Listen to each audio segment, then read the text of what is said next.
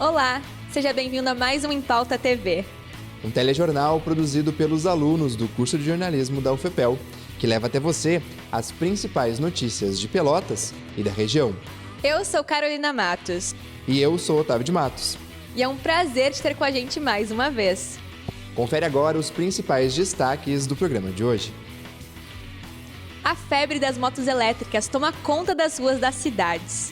A promessa é de maior praticidade e uma alternativa sustentável para a mobilidade urbana.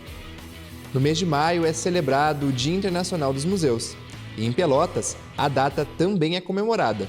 O Museu do Doce completa mais um ano de atividades. Maio Amarelo propõe uma reflexão sobre a segurança no trânsito e a importância de atitudes conscientes para preservar vidas. Fique agora com mais uma edição do Em Pauta TV.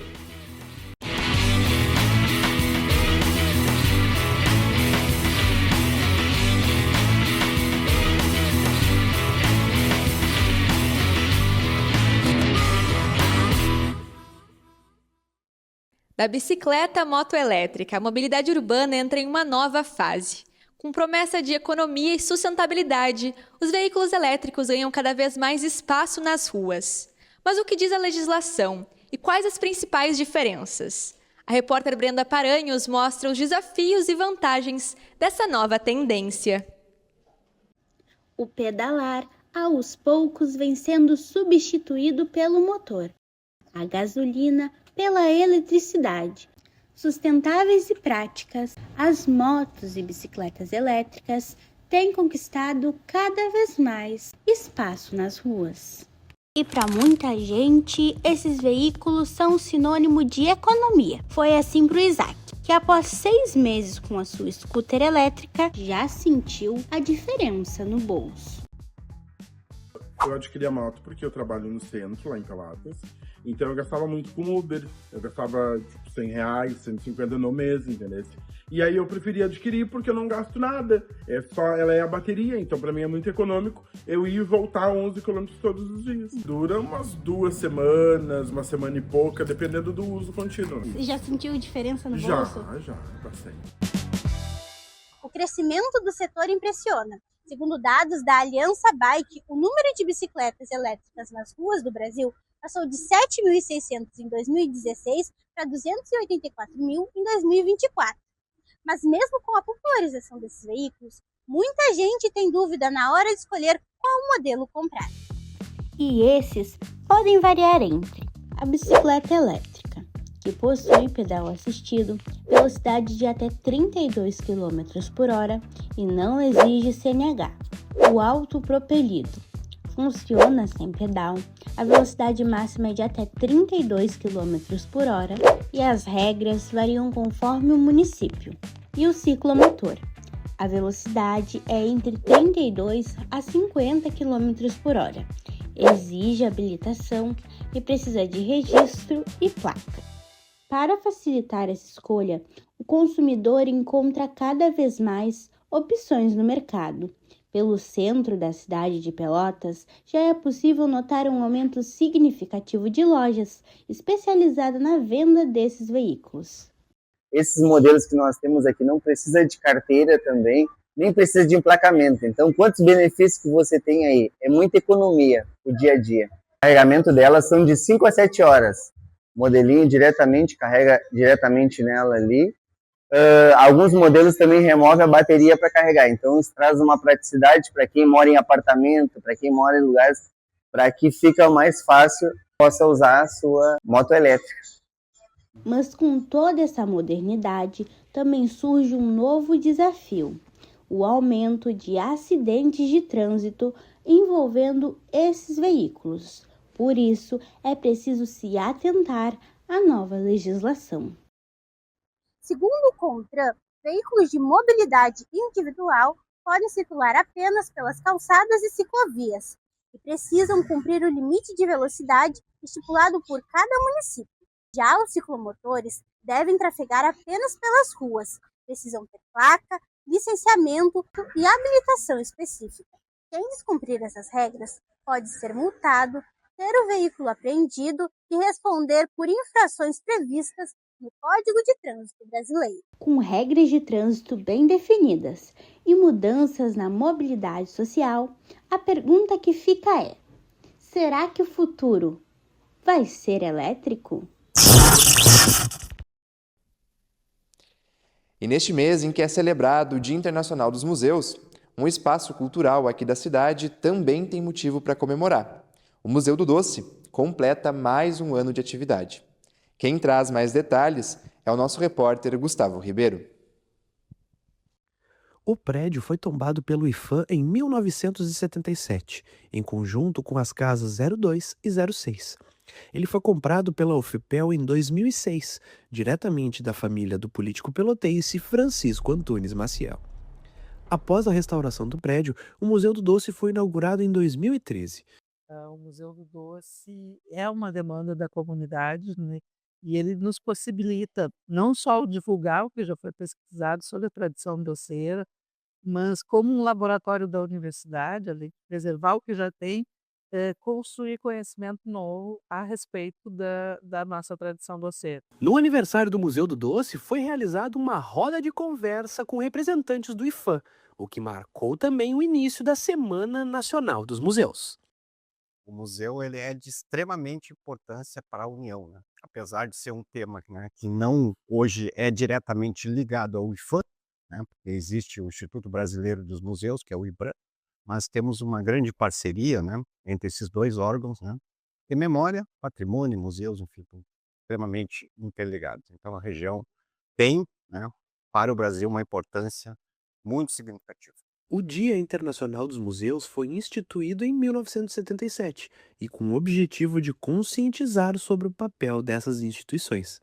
Em 2026, o tema é Museus unindo um mundo dividido, destacando seu papel na promoção do diálogo e da paz. E é em espaços como esse que a tradição se mantém e a história não se apaga. Por isso, nós do Em Pauta te convidamos a prestigiar os museus da nossa cidade. Pelotas é muito rica em história. Por isso, vale a pena revisitar o passado da nossa Princesa do Sul. Com o objetivo de reduzir acidentes e salvar vidas, o Maio Amarelo mobiliza diferentes setores da sociedade para discutir a segurança no trânsito. A campanha reforça a importância de atitudes conscientes e respeito às normas por parte dos motoristas. Você confere agora na reportagem de Lívia Silveira. O mês de maio é marcado pela campanha do Maio Amarelo, movimento internacional de conscientização para a redução de acidentes de trânsito. A ideia é conscientizar sobre atitudes responsáveis para tornar ruas e rodovias mais seguras. Todos os anos, a campanha chama a atenção para os altos índices de acidentes registrados no trânsito brasileiro. O objetivo é conscientizar motoristas, motociclistas, ciclistas e pedestres sobre a importância do respeito às leis de trânsito e da preservação da vida.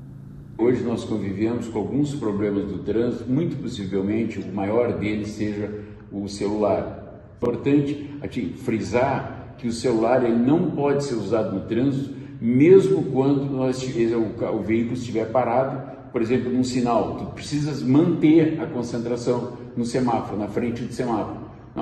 Parei no semáforo, então eu não preciso, agora eu posso atualizar minhas mensagens, minhas coisas, porque recém fechou o sinal. Não pode. Entre os principais fatores de risco estão o excesso de velocidade, o uso de celular ao volante e a combinação entre álcool e direção. Especialistas também alertam para a necessidade de atenção redobrada de todos os envolvidos no trânsito, principalmente em períodos de maior movimentação nas estradas. A dificuldade maior que eu vejo hoje no trânsito é a educação, a falta da educação. O motorista profissional que está com um veículo de grande porte, ele vai sinalizar que vai entrar à sua direita, ele é obrigatoriamente ir à sua esquerda. As pessoas não compreendem ou não têm a paciência que este profissional está ali a trabalho, está executando a sua função. O movimento também busca fazer uma reflexão sobre empatia e comportamentos no trânsito. A ideia é mostrar que cada decisão tomada por motoristas e pedestres pode impactar diretamente na segurança de outras pessoas. Dados da Organização Pan-Americana de Saúde mostram que os acidentes seguem entre as principais causas de mortes e ferimentos no país. Além das perdas humanas, os casos também geram impactos sociais e econômicos, reforçando a necessidade de conscientização e prevenção no dia a dia. O Maio Amarelo reforça um alerta importante: segurança no trânsito é responsabilidade de todos. Cada atitude pode fazer a diferença e reduzir o número de acidentes.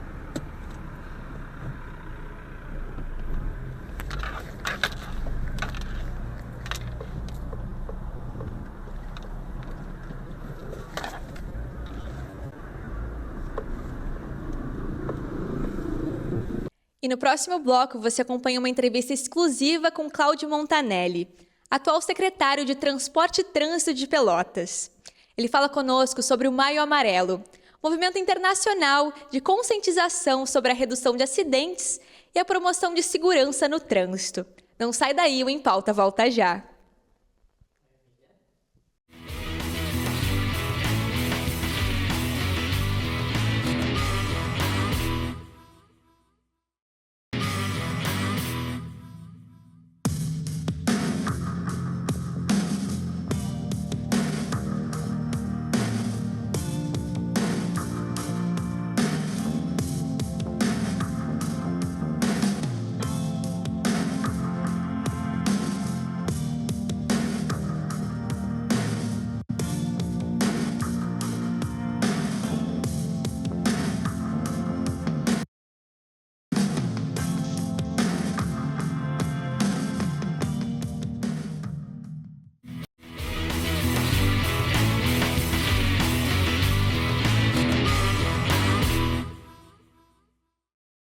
Estamos de volta e agora você acompanha uma entrevista exclusiva com o secretário de Transporte e Trânsito de Pelotas, Cláudio Montanelli. Então, pessoal, estamos aqui com o secretário de Transporte e Trânsito de Pelotas, Cláudio Montanelli. E, secretário, é um prazer te receber aqui, né, Carol? É isso mesmo, seja muito bem-vindo, secretário. É um prazer te ter aqui nos estúdios do Em Pauta TV para conversar sobre esse tema tão importante que é o Maio Amarelo. Nós temos esse programa especial pensado no Maio Amarelo, mês de conscientização sobre os acidentes de trânsito, tomar atitudes corretas no trânsito, respeitar as normas e leis, para que as vidas sejam preservadas aqui na cidade de Pelotas, não é mesmo? Verdade. Muito obrigado pelo convite. E nós vamos ter bons momentos aqui, com toda certeza, para conversar sobre trânsito, que sem dúvida nenhuma é uma das pautas mais importantes. Por quê? Porque ela mexe com a vida das pessoas. Tanto a ti, o Arthur, a Carolina, que a gente conversou bastante vezes antes de vir aqui para conversar, todos vocês estarão envolvidos o resto das suas vidas com o trânsito e dependendo do trânsito.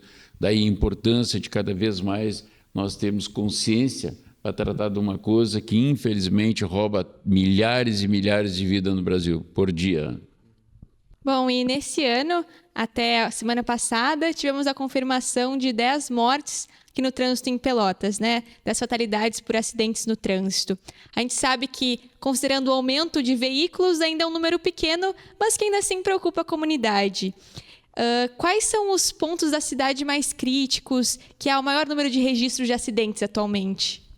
Então, na verdade, tu havias me feito uma colocação que eu acabei não falando, que era sobre o Maio Amarelo, sobre a importância do Maio Amarelo, que é um mês dedicado à conscientização do trânsito. Nós temos lá, com a permissão de vocês, vou falar tentar ser o mais rápido possível, nós temos lá um departamento que trata sobre a educação e a conscientização no trânsito. Esse departamento ele leva aquela escolinha de trânsito, o pessoal para os locais que forem convidados, o pessoal faz palestras, trabalhando nas escolas, independente se são urbanas, são rurais, grandes eventos, pequenos eventos. O ano passado passaram pelo nosso departamento de educação e conscientização cerca de 30 mil pessoas, crianças, pais, etc. O que é muito importante para que a gente possa fazer um trabalho com as crianças, para fazer com que elas, quando chegarem à idade de vocês, a minha já é bem mais avançada, quando chegarem na idade de vocês, elas tenham a consciência que precisariam ter para não se colocarem em risco e não colocarem outras pessoas em risco. Com relação à pergunta especificamente que tu fizesse agora, nós esse ano já tivemos 10 óbitos no trânsito, que é um absurdo, é uma barbaridade, e eu quero aqui me colocar, digamos, me solidarizar com os familiares, com os amigos dessas pessoas que infelizmente perderam a vida. E a nível de Brasil, um número absurdo, um número expressivo. Fora disso, tem um custo absurdo para o país cada acidente de trânsito. Então, nós fizemos ali a nossa secretaria, como imagino que qualquer outra secretaria de transporte e trânsito do mundo, os 3 pilares que sustentam a secretaria é a fiscalização. O que é a fiscalização? É aquilo que nós vemos na rua, os nossos agentes de trânsito trabalhando, isso vem a ser aí autuando quando necessário, isso é a fiscalização. A sinalização, que é aquela sinalização que é feita, há pouco nós conversamos antes do programa aqui, que é feita no chão, as pinturas que são no chão, toda aquela... Fizemos uma rótula agora ali na Domingos de Almeida, foi toda sinalizada, toda pintada, e tem a sinalização vertical, que são aquelas placas de pare que são colocadas nas balizas, por exemplo, placa de pare, proibido estacionar, 15 minutos, etc, etc, etc. E o terceiro pilar é o que nós havíamos falado há pouco, que é a educação e que é a conscientização. Então, hoje nós temos a fiscalização, a sinalização e a educação. E essas 3 a gente tem procurado fazer o máximo possível com as 3 para tentar, digamos, minimizar esse tipo de coisa. Por mais que, como tu colocasse muito bem há pouco, Carolina, por mais que, mesmo tendo aumentado, em 10 anos aumentaram cerca de 40 mil veículos em Pelotas cadastrados, mesmo assim nós tivemos uma queda, isso é significativo no número de acidentes e no número de óbitos, mas tu não pode nem pensar, digamos assim, em comemorar enquanto tu tiver um óbito, pelo menos. Entendeu? Ou uma pessoa com uma lesão que vai carregar sequelas para o resto da vida. Enquanto isso acontecer, todos, não é a Secretaria de Trânsito, toda a sociedade, no caso aqui de Pelotas, toda a cidade de Pelotas é perdedora. Então, a necessidade de a gente trabalhar, e fica um apelo meu aqui, Otávio, a vocês, o programa que vocês estão fazendo, vocês literalmente estão começando a vida e como seria importante se vocês carregassem para o resto da vida de vocês esse tema do trânsito, porque ele sempre estará junto com vocês. Quando vocês saírem de casa para trabalhar, quando saírem de casa para o lazer, quando voltarem para casa, enfim, quando forem para estudar, como é o caso aqui, sempre vocês terão um amigo do lado, dependendo da conscientização das pessoas, que é o trânsito. Não tem como vocês se movimentarem sem passar pelo trânsito. Então, daí a importância de todos nós termos essa consciência, a importância de todos os veículos de comunicação dedicarem muito mais tempo ao trânsito que hoje é dedicado. E não só a dedicação de tempo para enaltecer acidentes, enaltecer outras coisas que a gente sabe que são importantes, e eu entendo que a imprensa faça isso com o intuito de impactar, para as pessoas terem aquele receio, olha, um acidente assim, assado, enfim. Não, isso eu concordo e respeito, mas usar também uma mídia poderosíssima que nós temos a nível de Brasil para conscientizar as pessoas, para ir explicando para as pessoas o que pode, o que não pode, porque senão tu fica, digamos assim, num mês, tu tem meia hora para tentar, digamos assim, falar sobre trânsito e o restante do mês segue a vida como se não tivesse acontecendo nada. É como se nós nos dedicássemos à educação e à conscientização do trânsito somente no Maio Amarelo, porque é um mês que é referência mundial para essa conscientização. Sim, com certeza. Temos que lembrar do trânsito todos os meses do ano, né? Cada vida importa e é muito importante o senhor nos lembrar disso, né? Que é um assunto que sempre deve estar em pauta. E falando agora um pouco sobre a realidade da cidade de Pelotas, secretário, eu gostaria de lhe perguntar quais são as principais infrações registradas aqui no nosso município, quais são os principais pontos críticos, assim, cruzamentos mais perigosos e quais são as principais infrações registradas. Se o senhor puder falar um pouco sobre? Sim. Uma das principais é o não uso do cinto de segurança. Entendeu? Depois o estacionamento em locais irregulares, no caso de Pelotas. O uso do celular. São, entre outras, são as 3 assim, que pontuam mais. E nós temos até uma experiência importante da gente colocar aqui, e um tempo atrás, a Benhara, que é uma das diretoras lá do Departamento de Trânsito e Conscientização, eles estavam fazendo um trabalho numa escola, e chegaram e conversaram com as crianças e perguntaram, porque uma menina, por que ela sentava, tinha que ir no banquinho, no banco de trás e tal, preso naquela cadeirinha e tudo mais. Ela disse, não, eu tenho que ir porque senão meu pai vai ser autuado.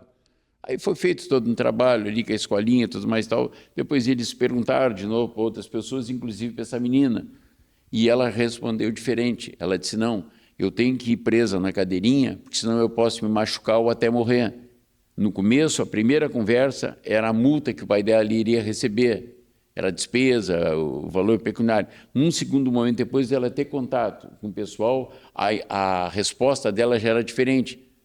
Ela estava ali porque ela tinha que estar ali para poder ser preservada de algum acidente ou até de coisa muito pior, entendeu? Então, esses 3 pontos, poderiam te dizer mais, mas os 3 que pontuam são esses. Os pontos, digamos, hoje em Pelotas, onde nós temos o maior número de acidentes, que foi a segunda parte da tua pergunta, infelizmente são as avenidas. Por exemplo, Bento Gonçalves, não com número de óbitos, mas Bento Gonçalves é a avenida que lidera em número de acidentes. É impressionante, mas ela é, de uma certa forma, as outras avenidas também têm, mas não tem quanto a Bento Gonçalves, que são mais ou menos assim, são sinistros com danos materiais, graças a Deus, praticamente nenhum sinistro assim, com óbito. E as outras avenidas, digo isso, infelizmente, enquanto o piso não for muito bom, a velocidade também não é tão alta. Em avenidas, quando o piso está ficando bom ou já era bom, a velocidade é muito alta. Nós temos um trabalho com o intuito de reduzir a velocidade, procurar dar mais segurança para todos, não só para os condutores, porque nós tratamos com condutores, tratamos com pedestres, tratamos com os animais, pessoas que conduzem os seus animais, e é um direito e que elas têm, e têm que ter essa segurança para atravessar. O pessoal não respeita uma faixa, muitas das vezes, de segurança, tudo. Então, tu tem toda essa movimentação. As avenidas, quanto melhores, infelizmente, a velocidade é mais alta e todos estamos em risco. Por isso, nós colocamos o radar, e o radar hoje atende a 5 avenidas. Nesse momento, que é o prolongamento da Bento, é a Baini, é a Carúcio, é a JK e a Ildefonso. Nesse momento, as 5 avenidas estão sendo, digamos assim, protegidas, eu diria assim, pelo radar. E, secretário, muitos motoristas fazem reclamações envolvendo bicicletas, motos, temos agora as motos elétricas, são a nova febre aqui nas cidades. Qual é o desafio da Secretaria em conseguir manter essa boa convivência entre todos os usuários do trânsito na cidade? Pois é, interessante a pergunta, porque realmente é um desafio. Hoje, antes nós tínhamos as ciclofaixas. A ciclofaixa, quando ela é dentro da faixa, a ciclovia, quando ela é fora da faixa. Então, hoje, ali Andrade Neves, por exemplo, tem uma ciclofaixa, que antes só transitavam bicicletas, hoje não. E a bicicleta transitava numa velocidade. Essas outras, todas novas, circulam numa outra velocidade, que acabam colocando em risco não só as pessoas que estão na própria ciclofaixa, como aquelas pessoas que vão atravessar, compreendeu? Então, esse realmente é um desafio que eu acho que muito mais do que qualquer norma, qualquer lei, qualquer código de trânsito brasileiro, essa é uma acomodação da consciência, é uma acomodação de educação das pessoas, de poderem, digamos, fazer aquilo que elas têm que fazer, certo? Se locomover, seja para a razão que for, mas pensando nos outros. E não vai dar para, digamos, para andar com essas bicicletas elétricas, com esses veículos até 32, que tu não precisa usar 32, a velocidade elétrica, tu não precisa o capacete, não precisa isso, e o pessoal não pode abusar. Precisa ter eu acho que logo teremos que ter uma legislação que seja um pouco mais rígida nesse sentido, para que as pessoas possam se proteger e proteger os outros.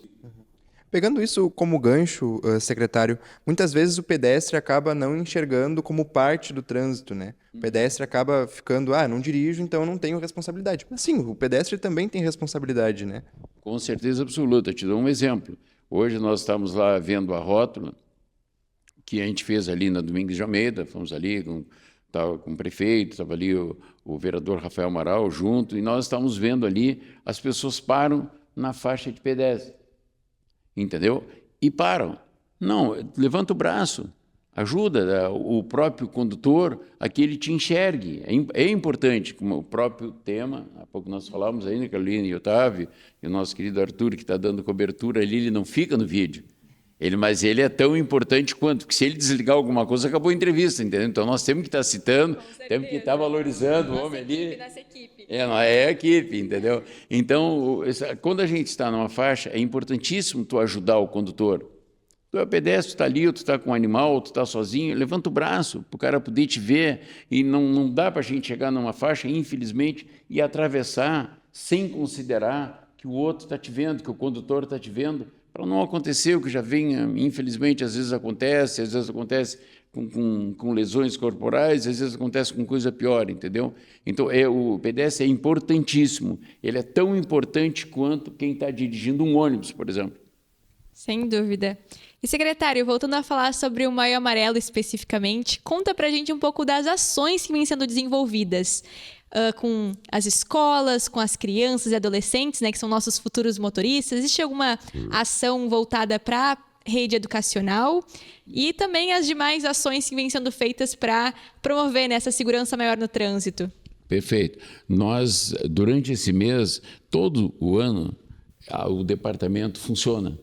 Né, nesse sentido de conscientização e tudo mais e tal. Nesse mês, ele segue funcionando, porém com uma divulgação maior, essa que é a verdade. Mas, digamos, nós já fizemos, durante esse mês, várias palestras, nós não, o pessoal do departamento, são palestras em vários locais que pedem, que a gente se apresenta, e palestra para os motoristas, a nossa escolinha de trânsito, como é conhecida, ela tem ido em todos os lugares, esse mês ela vai em todos os lugares possíveis, que o pessoal chama, e eles vão, a gente tem trabalhos de blitz, como a gente fez uma blitz educativa na Avenida Bento Gonçalves, e teremos outras blitz no sentido de conscientizar a pessoa. A blitz não tem o intuito, digamos, de parar, está faltando isso, está faltando aquilo, não. E ter a atuação como é o normal de uma blitz. Não, é uma blitz com o intuito de conscientizar as pessoas, de dizer para ti a importância de tu estar com cinto, que é uma das infrações...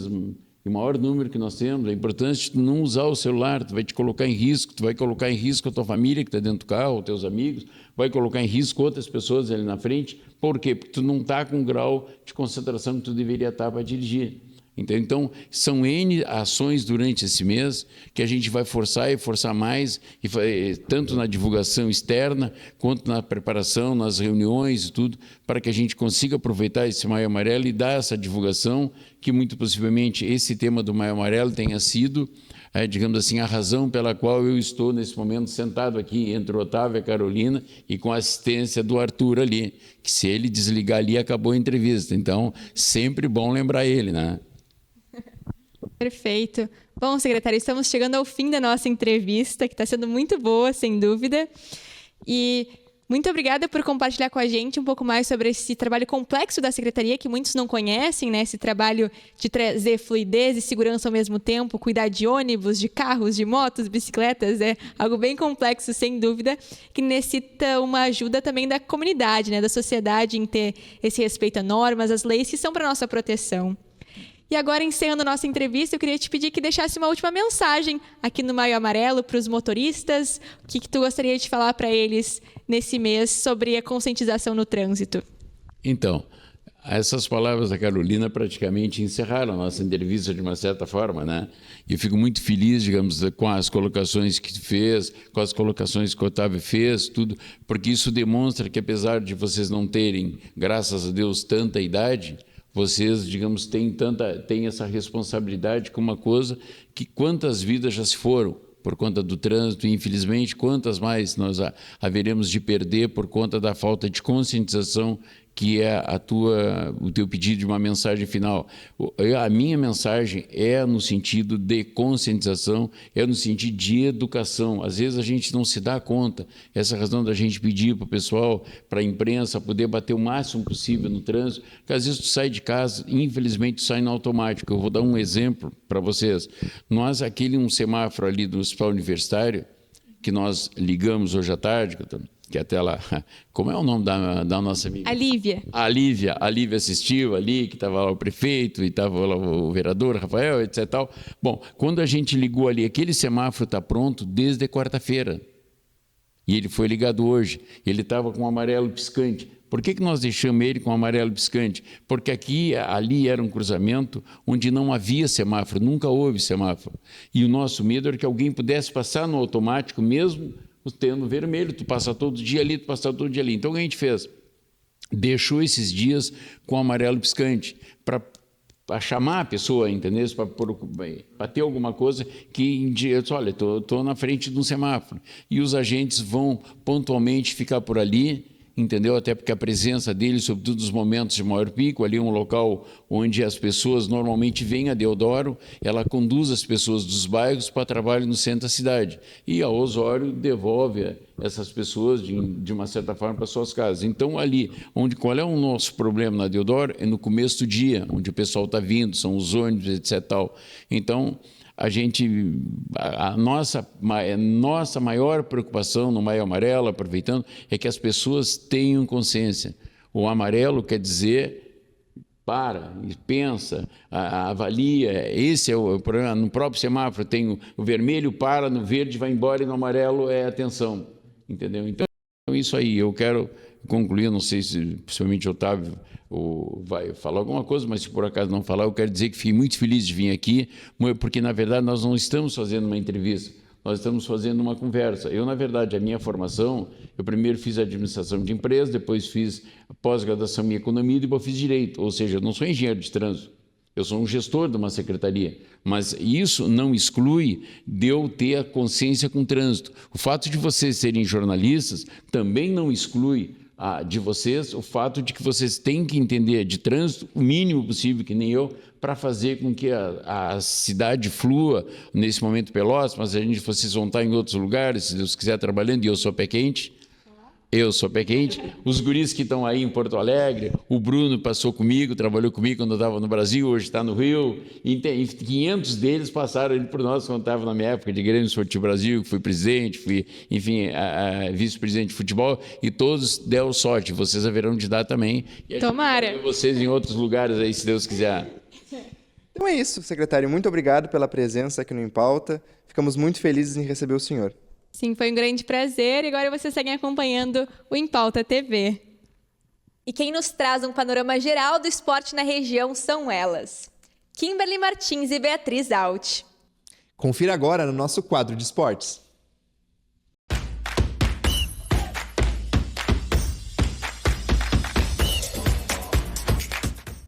É isso mesmo, pessoal. Está começando aqui no Em Pauta TV o quadro de esportes. Começando pelo futsal, o Rio Grandense fez sua estreia na Série Ouro contra o Atlântico de Erechim e acabou superado por 4-1. Apesar da derrota, esse foi apenas o primeiro passo de uma temporada que promete muita qualidade e, é claro, o apoio do torcedor que está sempre presente. Já o RF estreou na Série Prata com excelentes notícias. Em um jogo eletrizante, a equipe rio-grandina recebeu o Cerrito Futsal e venceu por 4-3, com 2 gols de Guilherme Souza e 2 de Lucas Cedres. Bom, independente de vitória ou derrota, a gente fica aqui torcendo para que o Rio Grandense e a URF tenham excelentes campanhas esse ano, né, Bia? É isso mesmo, Kimberly. E agora com as notícias de Pelotas, vamos começar pelo remo, porque 4 atletas do Remar para o Futuro garantiram vaga na seleção gaúcha de remo em uma competição que vai acontecer em São Paulo. As atletas Evelyn Cardoso, Brenda Madruga, Nardine Marichal e Natália Colela foram convocadas após a seletiva organizada pela Federação Gaúcha de Remo. O torneio é promovido pela Confederação Brasileira de Remo e reúne embarcações compostas por 8 atletas e também uma timoneira.